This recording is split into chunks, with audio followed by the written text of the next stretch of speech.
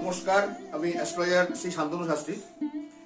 জ্যোতিষ শাস্ত্রে যে কটি গ্রহ নিয়ে আমরা কাজ করি, যে 9টি গ্রহ নিয়ে কাজ করি, তাদের মধ্যে বুধ কিন্তু সবচেয়ে সফিস্টিকেটেড বা স্পর্শকাতর একটি গ্রহ। বুধের ওপর পাপগ্রহ খুব সহজে প্রভাব বিস্তার করতে পারে।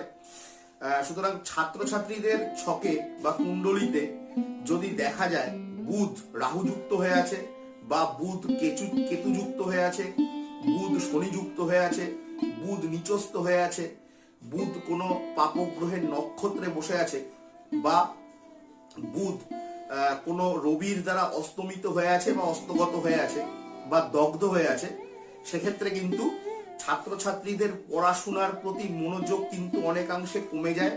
বেশিরভাগ ক্ষেত্রেই তাদের চঞ্চলতা বেশি করে প্রকাশ পায়। তারা কিন্তু পড়াশুনো বহির্ভূত জিনিস যেমন কার্টুন দেখা, সিনেমা দেখা, বেশি গল্প করা,